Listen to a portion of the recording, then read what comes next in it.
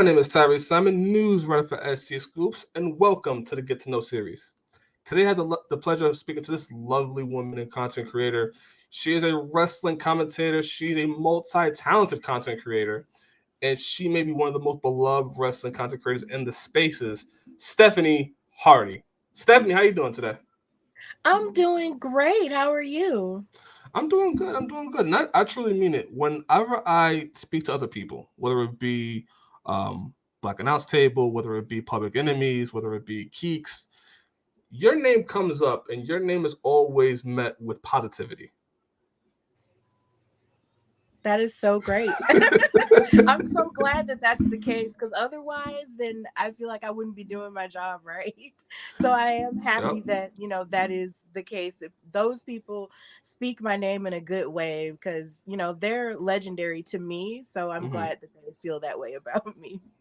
Definitely for sure. And we actually met. And I could say firsthand that everything they say, I could back it up and say it's true because we met last year at I believe Black Wrestle Fest it was Yes, it around was. maybe around the same time this year. And we met each other and we got to know each other a little bit. And I just the conversations we had, I could tell you were super kind. We talked for a little bit, had a good conversation. And which brings up here today. We talked about doing an interview and I'm finally glad we were able to get it done today.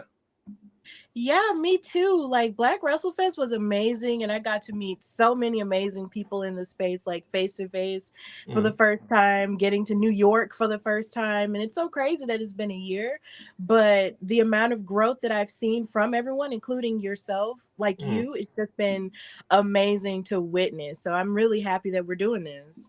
Definitely, definitely. And before we get into your platform and what you do, I kind of want to take a step back and kind of talk about just you as a fan. How'd you get into wrestling? Well, I got into wrestling because my father was into it, and is into it right now. Hmm. So he was watching it one day, and this was like when I was 4 years old. So this was sort of like the midway point towards the end of the Monday Night Wars between WWF at the time and WCW. Hmm. And he would tape both programs back to back because he would have to work. But whenever he'd come to my grandma's house, sometimes he would watch them over there, and so I kind of walked in the room one night and asked him, Dad, what are you watching? Hmm. And who are these bald guys fighting each other?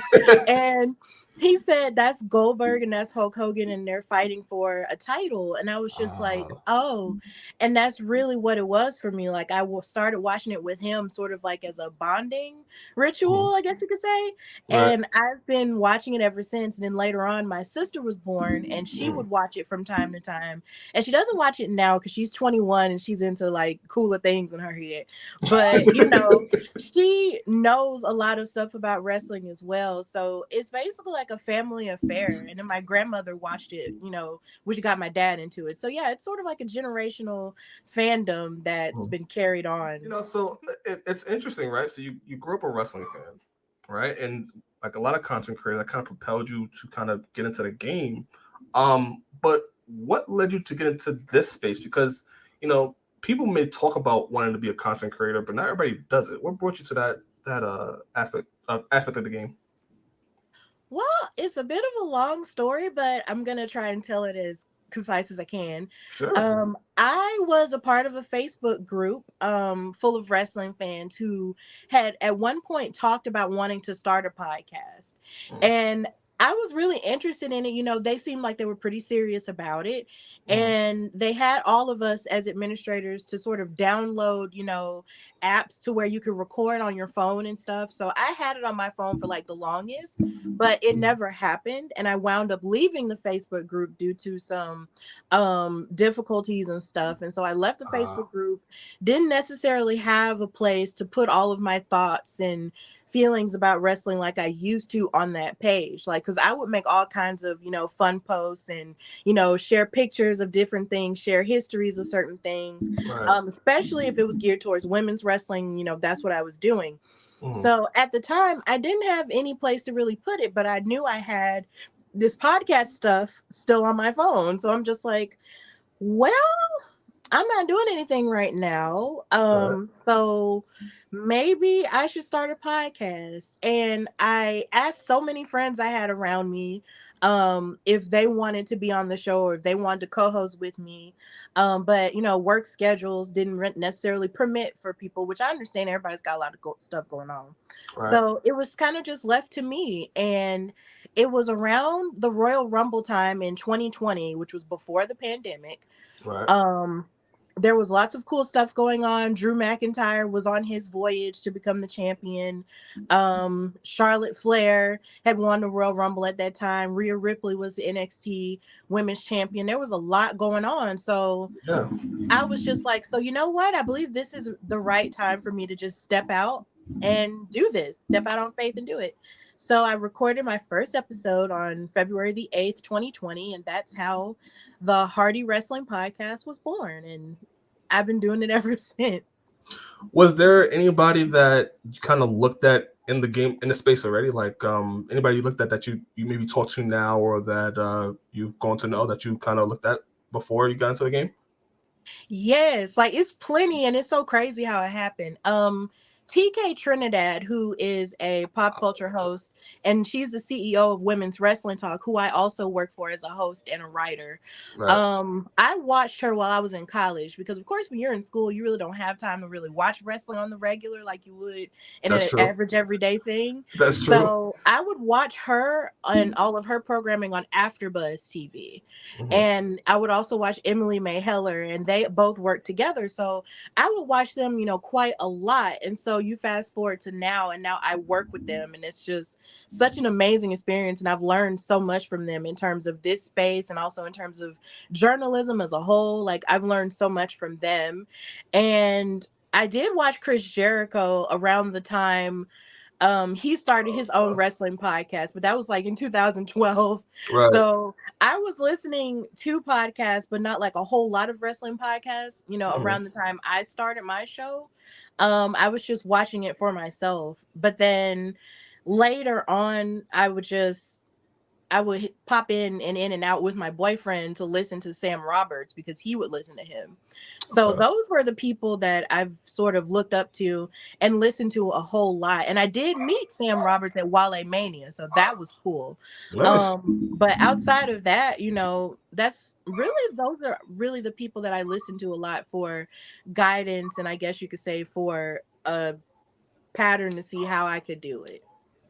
It's interesting that you say those names. Now I kind of look at what you do, and what I find so special about you and so interesting about you is, like I said, you're multi-talented. You could be in front of a camera like you are right now and talk about what your feelings are on certain topics and certain things. You can have a guest on and be able to have that kind of camaraderie on camera, which sometimes it's hard to capture. Sometimes it's hard to have a guest on and able to have a normal show, and then you're able to also be able to do interviews. It's like you're so talented and you do so many things. Obviously, you told me who you were influenced by, but how did you be able to get those kind of skills? From practice. Literally from practice. But then you could also say from life, period, because I'm very extroverted and I love to talk to people, as you can tell. Okay. I'm very extroverted that way. And then it's also from practicing, because I've looked at interviews and I've watched interviews, most of my life, when it comes to news stuff, when it comes to pop culture stuff and entertainment stuff, I kind of sort of just take what I see and just sort of, try to make it my own and try to apply my own conversational skills, to my interviews.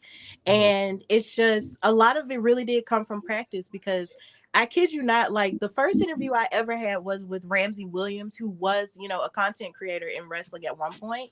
And he was a wrestling fan that I was, close with. I was so nervous my first interview because I just didn't know how I was going to do it. But I wrote down all my questions because I tend to write everything down and outline it before I, carry it out. So I was just like, I'm just going to follow this rules. And if anything goes haywire, I'm just going to try my best to push through, and then we'll just let the chips fall where they may. And another important part of it is just to make sure my guests feel comfortable and feel safe, because I just don't want anybody to feel like, oh, well, they're in danger of getting called out for something, or in danger of feeling like, they're being used, or like a gotcha situation. Oh, So you're I right. just Yeah. try to create, a safe space for my guests. But early on, I was nervous. But the more I got into interviewing people and fans and wrestlers, the more I started to find my groove, as as one would say, Right. in interviewing and just applying who I am to it, and not really trying to be anybody else, and just be me and just make it a safe space. So that's really what it was. And first of all, I'm sorry. You may hear a dog barking in the background. I'm sorry. There's dogs go by around our house, so I'm gonna It's do about okay. that. Um, but what is interesting about that is, I went to to school, college for journalism, right? So I had to kind of Mhm. develop these kind of skills, be able to do interviews, be able to do my job at SEScoops, and of course also MMA News. So I had to learn those type of things. But for you, just being able to just experience it, it's a totally different aspect where there's a lot more, you know, trials and errors, if you may will. You have to kind of maybe not do so well on this one, but then do better on this one. You kind of have to learn it that way. I find that style of how you got there really inspiring. Because you don't, even though I have a journalism degree, you don't have to have one really, and you could kind of just learn these things and kind of be able to just try.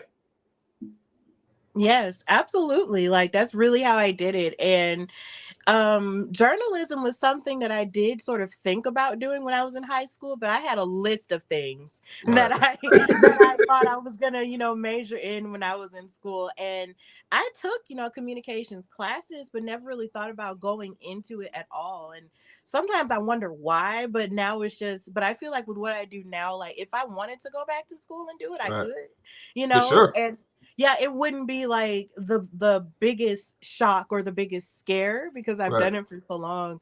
But I do respect those who have, put in the work in order to do it, because it isn't simple at all.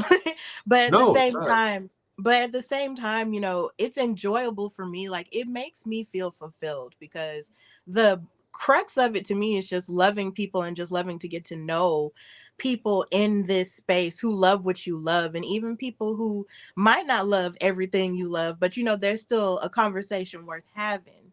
Right. So that's kind of what I love about it the most, that even if I don't have a degree in it, and just learning from the mistakes that I've made in the past and knowing how to evolve, to make the show better than what it once was before. Right. I'm just happy to do that and be a part of that the evolutionary process and just making it better than it once was. Yeah, it's something that I definitely congratulate you on, in being able to be at this level and at this time in your career, I would say, so skilled at it. And like I said, I've seen people that go to college and go to get a degree in journalism that can't do what you're doing, that can't talk in front of a camera and be able to have this kind of conversation, that can interview guests and have different types of guests on, and maybe have different type of conversations and energy, if you will. You're somebody that I've noticed that can, like I said, can do it all. And coming from your experience and just having to just try things out and just have to learn on the fly, that takes not only courage, I would say, because you haven't maybe have to fail in order to succeed, but also it takes a lot of skills in order to do that. So I congratulate you on that.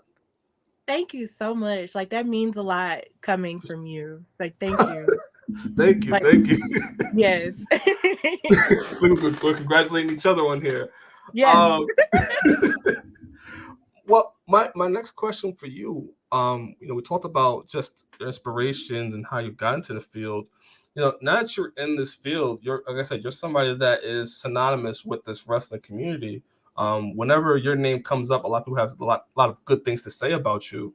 And that in itself is special as well, to have somebody you can always just say nice things about. Um, just actually this, as a female in this space, how do you feel the wrestling community as content creators has that grown since you started? It's grown exponentially, and I'm so happy to even be a part of it and to even witness it. Mm, Because I remember the first woman, and I would say first black woman I saw in this wrestling space was mm, Janelle from HR with Jobber Tears podcast. Because yeah. one day I was just scrolling through Instagram and I saw her and Sir Wilkins and Mr. Black in this white studio, in this white room, and they were talking about wrestling.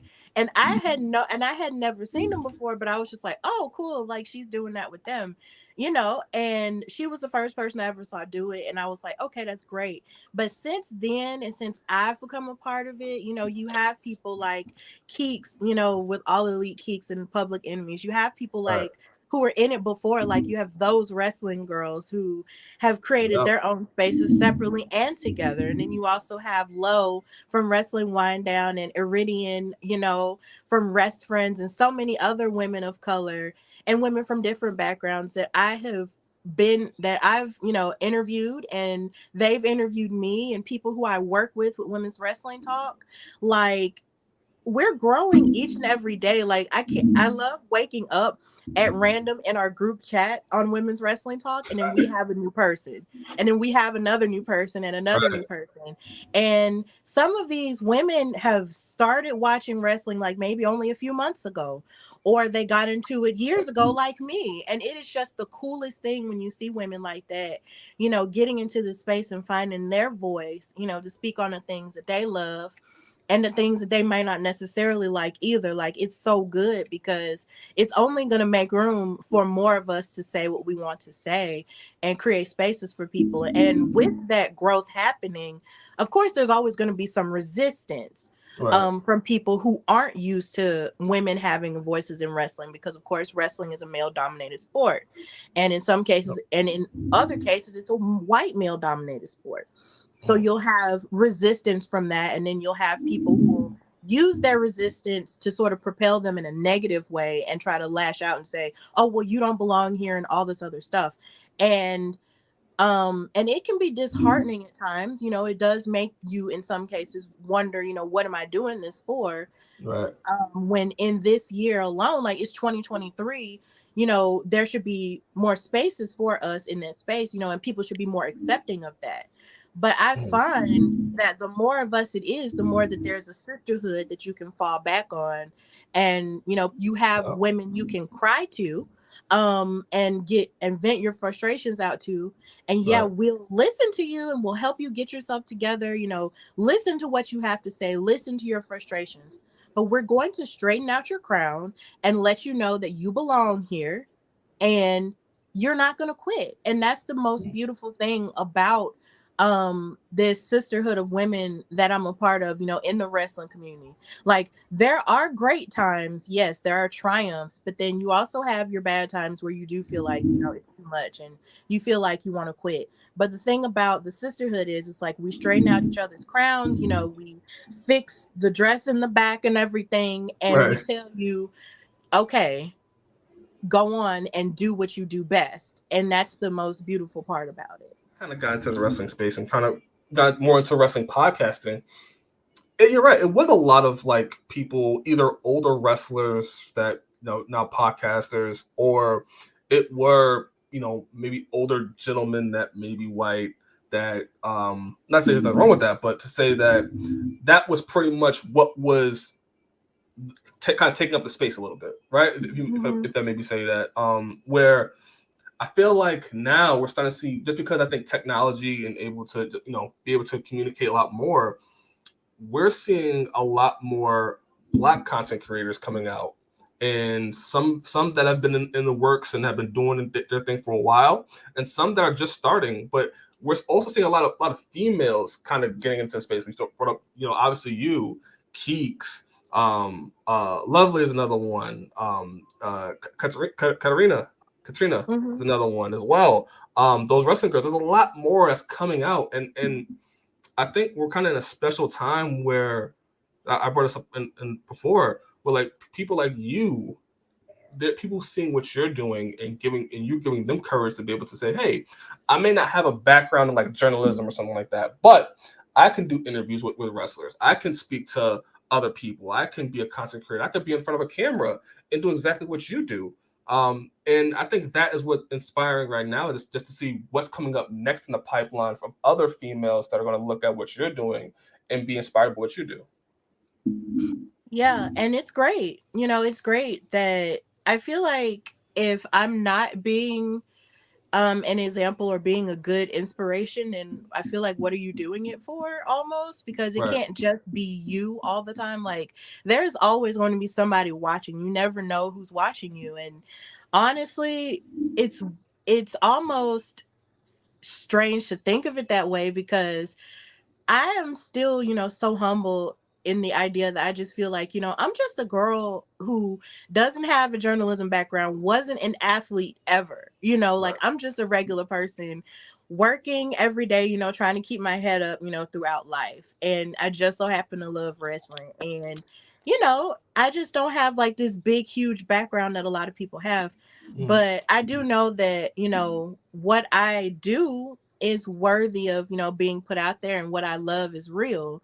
Right. And if that resonates with people, and if that inspires people to want to do, something greater, or want to start something that they may have, put to the side a little bit, then that's amazing for me. Like, that makes me feel like, I'm living in my truth, and I'm living in my purpose, if I'm helping somebody else and giving somebody else that fire to live in theirs. So it's a blessing. Like, I'm really happy to be that example for someone or some people. I'm definitely proud of what you've been doing. I'm definitely proud of the fact that you're able to, come on here, speak in front of a camera, and sometimes do it by yourself solo, which is extremely hard to do. That is people may think that's so easy to just be able to speak in front of a camera. It takes a lot of talent. Well, thank you. It's so funny because my show, the Hardy Wrestling Podcast, started out as just audio. Right. Like, it started out as just audio, and I had to get more in the practice of doing camera work, when it came to women's wrestling talk.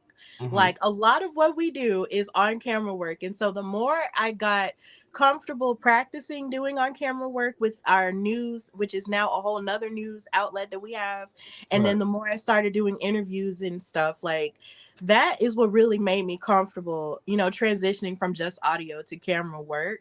Mm-hmm. And now my own show is on camera too. And so now I'm more comfortable with it, and just talking, on a live feed, and just doing interviews on live feed, and just talking about, my views, and making it visually, aesthetically pleasing too. Because of course, I have my pictures and stuff that I use for my segments on my show and everything. So Right. that part is really cool, and I'm happy and I'm grateful to Women's Wrestling Talk for teaching me how to do that and be comfortable on camera. But once upon a time, I was kind of like, oh, really? Okay. But I've never really been camera shy either. Like, I have like tons of pictures in my family homes. Like, there's so many pictures of me. So I've never really been camera shy, but when it came to doing content work, I was like, oh, this is an interesting transition. How is this gonna work? But once I did it, and once I got used to it, Right. it's like a everyday thing now. It's just like, okay, you want me to be on camera for this? Cool. Let's do No, it. again, that's something that should be appreciated. As somebody that like you, that's able to do that, and it's a great transition. Cause we want to talk about women's wrestling talk. How did you get to work with them?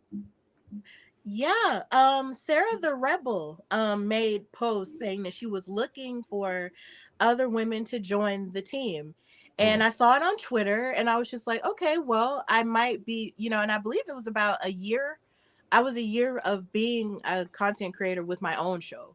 And I mm, was just like, okay, well, let me send her some of my stuff. I sent her my information and said I was interested because, like I said, I had watched TK Trinidad before. So I mm, knew who she was. And I was just like, okay, well, let me, send my stuff. And so she thought that what I had to offer was really cool in terms of, my content. So after that, they started adding more members, to have the staff that we have now.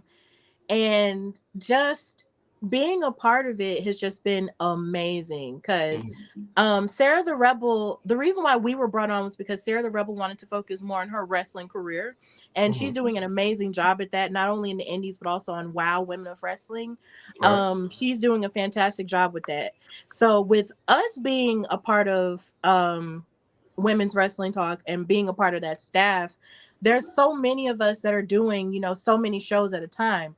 Like, for instance, I host the WoW Superheroes After Show with Katrina from In Right. Cat We Trust and Emily May. And we do Right. that on Mondays. And then you also have the show that I'm on Fridays with our editor in chief, Dreon Santana, who's also a content creator. Mhm. We do the SmackDown After Show on Fridays. But then in between that, you have multiple other after shows for all the other wrestling shows that come on during the week. And there's so many talented women who host the shows, and go to the certain events and stuff and do media for them, or like take pictures if they're at the live events, and keep the pro and basically keep the platform going that way. So it's not just one person doing all the work. Like, it's a whole like system of us doing Right. the work. And it's just so great to see, how it's grown since then. And I have grown to not only get my reps in as a host and lead conversations and stuff like that, I've grown to become a writer as well. Yeah. And writing is sort of like a hidden talent that I had, but I never Mhm. really like did a whole lot with it. I mean, outside of one time as a kid when I was a published poet, but that was once. Oh, your Um, poetry. yeah. So it's just writing was something that I kind of had, in my pocket, but I wasn't sure if I could use it. But then I was just like, okay, well, I have stuff to say about this. If I can't necessarily host a show about it, well, maybe I can write an article about it. And Drian, our editor in chief, she is so good and so um open with listening to our ideas and what to put on, the website, as long as it continues to be around the brand of supporting women, or depending on the theme of the month. Like, this month is Pride Month. So an article that I might post this month might be centered around LGBTQIA plus women. Mm. So the ideas that we have are in a space where, they're listened to, and then once you write them and you put them out and they're edited, they're put out there. And it's been really cool to see, my words actually get published, and people, of note who are on television actually notice it and read it. It's just like, whoa. Really? Like, you Yeah. like what I had to write about you? You like what I had to say? Okay. And it's wonderful. Like, I love being a part of Women's Wrestling Talk. The work we do is just so wonderful and so major and so necessary. And I'm just happy to be a part of it. Yeah, for sure. And I kind of appreciate that platform as well.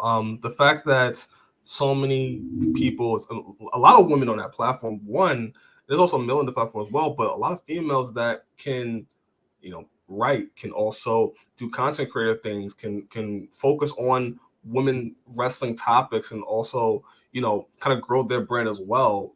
What that Women's Wrestling Talk has created is something really special, where a lot of times it kind of gets hard to be able to create a wrestling website or wrestling network and be able to grow that. And what I find so special is that not only is it doing well, it's also thriving and Yeah. giving more people more platforms. Obviously, you are working on there as well, and doing WoW content as well. It's a incredible space, and I'm glad that you're a part of that as well. Yeah, me too. I've learned so much from being a part of it, and it's only going to get bigger. And I'm just happy to be like one part of it, with all of these women doing all these great things. Like, it's great. So you brought up that like I said, you cover WoW, which is the women's of wrestling, Hmm. and I want to get your thoughts on that. So you also work with your partner, Katarina Blake, right? Katrina Blake, yeah. Katrina Blake. Sorry. Um, One, how is it like working with her? And then two, what are your thoughts on the current state of WoW? I love working with Katrina. Katrina and it's not even like it's us three, it's me, Katrina, and Emily May. But Emily May works a lot with New Japan, strong in America, here in America. Mhm. So sometimes she's able to come on and other times she isn't. But a lot of the time when I do work with Katrina, because you asked about her specifically, Yeah. she is my tag team partner. Like, that is my girl. Um I feel like she and I have a lot in common, and then what we don't have in common, we still appreciate. And I Right. admire her so much because she does everything in wrestling, from content creation and backstage correspondence, and she's dabbling into commentary and also doing ring announcing too. Like her first time doing ring announcing was at Black Girl Magic last year, and that was amazing to see. Right. And to do all of this while still also being an author and also a mother too Right. is something that I just admire and just love about her. Like she does so much, with her time, and just working with her and with us watching WoW and helping it to grow the way that it has in terms of the social media space has Mhm. been really great. Cause when it comes to WoW Women of Wrestling, they've been on television for a while, but I had never really Yeah. paid that much attention to them, due to, life and other stuff. Hmm. But because it's women's wrestling, it's easy for me to give my time to them because I love women's wrestling. Right. And with me and Katrina covering that show and us being able to cover them at Los Angeles Comic-Con last year, Hmm. and seeing them work in person and watching them every weekend, it's amazing what these women are able to do, in an hour span. Like it's a whole hour show of just women's wrestling, and they come from various sides of the tracks. You have some of them who are in the independents with different personas. You have some of them who had never really wrestled before but have athletic backgrounds in other places. You've had people who served in the military. There's so much in store when it comes to WoW, so many stories, and it's so colorful. And I just love, covering it. And the status of WoW is just in a wonderful place. Now when it comes to, who's holding their titles, like Penelope Pink, who is the WoW world champion, who I have online beef with. Like that's fun. And, like we have fun with each other that way. And, Right. and her faction, the Fab Four, along with the Carlson twins and Vicky Lynn McCoy and the fabulous Lana Starr being their leader. Like it's amazing to see what they've been able to do and how they grow their production value every episode, almost every episode you see. Mhm. And people are consistently coming to those tapings because there's something special there. Mhm. And the women that are there are just so gifted and they're just so good. So the status of WoW is amazing, and I'm glad that me and Katrina and Emily and Women's Wrestling Talk as a whole is able to sort of highlight them consistently, because a lot of platforms aren't necessarily talking about them on a consistent basis the way that we are. And it's great, that a woman owned brand is Right. really beefing them up and talking about them the way that we are, and it's great to be a part of, to be a part of their team in a small way. Like it's amazing. I love it. For sure, and also shout out to Emily. I didn't mean to leave out Emily in that as well. I also just bring up Miss Blake because I actually had the fortune of meeting her last year as well with you, and she was also great to speak to, and also kind as well. And I'm looking at what she's doing as well, and she's doing some fantastic things as well. So I also wanted to credit her in that. But shout out to Yes. Emily as well. Mm-hmm. What I remember from last year, and what kind of things kind of stick with you sometimes. And I remember being at Black Wrestle Fest, and it was a fantastic convention, if you want to say. And I hope that there's another Black Wrestle Fest, and that there could be more in the future. Um, but what I remember out of that day is you did a panel, and it was a Mm-hmm. great panel. And right during it, it was announced that you were going to be the commentator for that show that was going on that weekend. I think it was Jobber's Tears, if I'm not mistaken. Jobber Slam. Yeah. No, it was Welcome to War. That was the Oh, show. welcome to Warrior. Sorry. Yeah, it's okay. But what I find so special about that moment, being able to see that, is your genuine just happiness out of that moment. Like just take me back a little bit, because like that was an incredible moment to be able to see, like kind of just them say, "Hey, you want to do commentary for the show?" And you kind of took a minute to kind of surprise a little bit, and you said, "Yeah."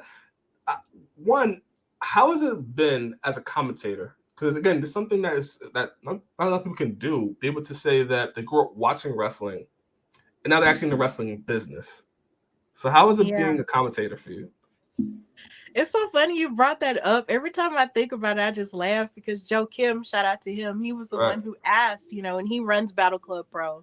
And Right. he does such an amazing job with that promotion in New York. So when he asked me, I just wasn't expecting it. I was going to Yeah. go.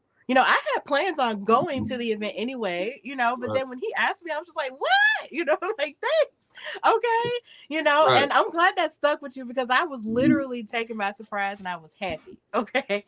But the reason why I was happy was because commentary is a different sort of animal, from podcasting, and content creating, in the sense that the action is happening in front of you and you have to relay the message Right. to the person or to the people who are watching, along with you, and you have to relay the message of it. And Right. I do color commentary, so I can just pop in and just say whatever. So it's not really my full on responsibility to talk about like the action, in the critical way, but I Right. can still add, some pizzazz to what it is that's happening to let you know what the story is. And most of all, to take care of the talent that's in the ring, and make them look larger than life. And that's like, and I feel like that's ultimately, something that I love to do when I'm talking about wrestling anyway, Right. because wrestling is larger than life to me and these people are larger than life to me. It's easy for me to talk about them in a colorful way and say, oh, well, this person is wearing this, which is like a tribute to this superstar, Right. or this reminds me of this scene in a movie, or this. Like, it's fun to do. And I love doing commentary, and I hope that I can do more of it. Mhm. It's easy. I know, like, the first commentary job I had, I knew I had never done it before, but Mhm. I listened to a lot of commentators and I practiced, myself, and sort of recorded myself practicing Right. over the next few weeks. And then I took the information that the talent was given to me, and it was an all women show. It was the Belladonna division here in Gaston, Alabama. Right.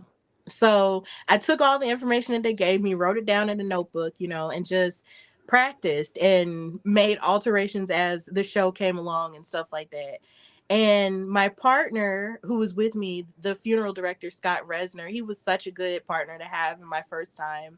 And I'll never forget commentating for at least 10 minutes by myself because he actually had to help Jazz pick up a chair, Mhm. because Jazz was on her retirement tour and she came through and she participated in a 6-woman tag match with The Okay. Woad and Raylan and Heather Monroe.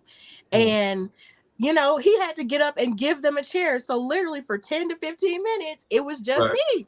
And this Right. is my first time. And I'm just like, whoa. But I just went with it and kept the energy. I stood up like Pat McAfee and just Mhm. kept going and kept going and kept going and kept going and kept going until he sat back down.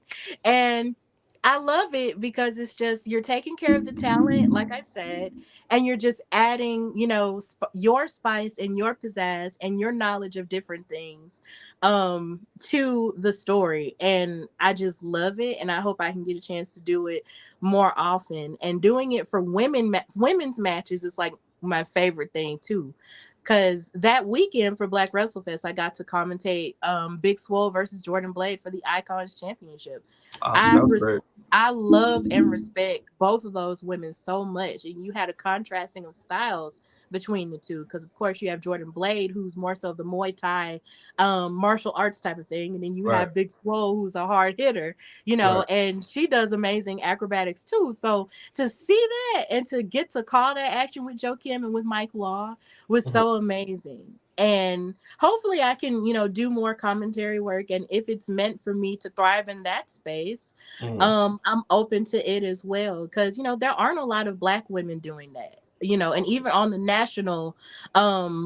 on the national platform, you don't see a lot of women or Black women doing commentary either. So if it's meant for me to thrive in that space, then I'll be more than happy to. So I love doing color commentary. I love it. It's crazy that you bring up that story, right? 'Cause that kind of encapsulates your career almost, where it's like you're somebody that sometimes has to be thrown into the fire, right? You may not be Yeah. prepared for it, you may not be ready for it. You just go out and do it, and just like podcasting, kind of had to just go out and just do it. interview, you just have to kind of just go out and do it. Being a commentator, you just have to go out and do it. And you've been put in situations where it's sink or swim, and you just learn to learn to swim, and you've gotten great at it. And that, again, that's something that should be applauded as well, as just somebody that can just try things. You know what I mean? Just be able to try things, and you may mess up, you may slip up here and there, but you're still willing to try and just live out your dream almost, and kind of just see what happens. And what happens is you're successful at it. Yeah, and I appreciate that because it really is. It really does feel like, it's a courage thing and it's a sink or swim type of thing, For because sure. I didn't think I would ever be doing this at all. Like, this, it's so Right. funny you said it was my dream and stuff. Like, I love wrestling, but I never really thought that I would ever work in it, like, Right. ever. Like, I knew I was always gonna watch it because I loved it, from a genuine place. And I would see others do it, and I would just be like, "Oh, that's so cool." That would be cool, maybe, but I just didn't think so. I was just like, I'm not sure if there's a place for me in that. Like, I felt like maybe you just had to be an athlete or be like super skilled in order to do it. But what I'm learning now is that, you know, once you do it, and once you realize people listen to you and you have an audience for it, you just tend to grow, and just you sort of take it, and you just take it as it comes. And it just reminds me of some advice that my mom gave me, who was like my biggest hero, my biggest champion and cheerleader. She Mhm. always said, "Stephanie, when you find what you're supposed to do, you're going to have a hard time keeping up with it yourself." Mm. She said that. She was like, "You are going to have such a hard time keeping up with it. You're going to have to actually like turn down some stuff Mhm. because it's going so fast for you." And listening to her, I was just like, "You know what, Ma? Okay. Whatever it is, okay, fine." Right. I listened to her and I was just like, "Okay, fine, whatever." Mhm. But I started doing this, and that's literally, and doing and working in wrestling has been the physical and emotional embodiment of what she said. Mm. There have been times where I've had to cancel interviews because I've doubled or triple booked myself. There's Mm. been times where I've had to move work schedules around for things. There have just been times where travel plans have been made at almost the last minute Right. due to me having to be somewhere for a thing. But it's absolutely right, and I never expected for any of this to happen to me, like, at this point in my life, like, but I'm so grateful for it because it makes me feel fulfilled, and it makes me happier really than I've ever been. And I just hope that I can continue to grow in this space and be a good um example in this space, and just use my voice for all of the good things in wrestling, because wrestling is a beautiful place to be, and it's a beautiful thing to love. And of course it does have its ups and downs, of course, that's life, Right. period. Like, I'm not, sitting here with rose colored glasses on. Like, I know life is crazy, but Right. at the same time, wrestling is such an amazing thing to love. And it's just, if I'm a part of it in any way, shape, or form, and if I'm a good part of it, then I just hope that I can just continue to be that, and that the blessings will continue to come from that. So yeah, I'm just trying to keep up with it. No, for sure. And like I said, this may not have been the dream that you always wanted, but just thinking about it, right? Like, you're somebody that just by chance watch, your father watch Hulk Hogan and Goldberg, right? Like, that was something that you just stumbled upon. Yeah. And now, years later, not only have you gone to the space to be able to talk about wrestling in a podcast form, not only have you been able to interview wrestlers, but now you're in a space where you're commentating on wrestling, the stuff that you grew up watching, that you watched by chance. You're now looking at a wrestling match and now commentating on it. And what's so special about it, and I go back to it, is a young girl or somebody that is looking to want to get into this space. They can now look at you and look at your story and hear your story through this interview. And now they can say, well, she did that. It's also possible for me. I can also do that. And I think that is what's so special about hearing your story is the fact that, like I said, you tried. You weren't somebody that knew it was going to be your destiny. You weren't somebody that kind of, had this planned out. You just happened to be there and just said, you know what, why not? And you've turned a why not into having a successful career, not only as a podcaster, as a content creator, an interviewer, and now a commentator. What you have done in your career is special, should be appreciated, and I hope that you kind of look back at this thing that you have done so far and just take in the flowers almost, and kind of just look at, wow, I did a lot for somebody that I didn't know this was going to be my career path. Yeah, it's a lot to think about at times, For sure.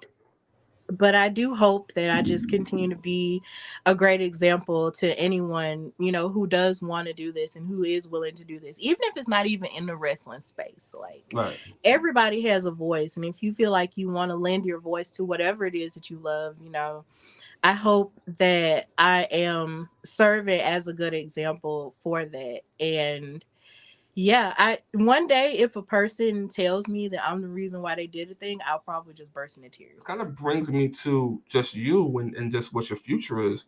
What is the future for you? What do you have? Any projects you have in the works? Anything like that you want to share? Yes, actually, I will be doing a live interview on the Hardy Wrestling podcast tonight Nice. with Ciendo, who does content creation with those wrestling girls, and she's also the founder of the Well Minority. Hmm. So I will be doing an interview with her, and I have two more interviews to do this week as well. Nice. And on Women's Wrestling Talk, we will have the SmackDown after show, and I will be on there with Drian Santana on Friday night. Hmm. And hopefully, I will have more commentary bookings in the works Right. and more interviews to come as well. And so that's really what I have going on. But yeah, I'm just really grateful to be had and grateful to be working in this space, consistently. For sure. And again, I can't wait to see you on commentary more and hear more of you.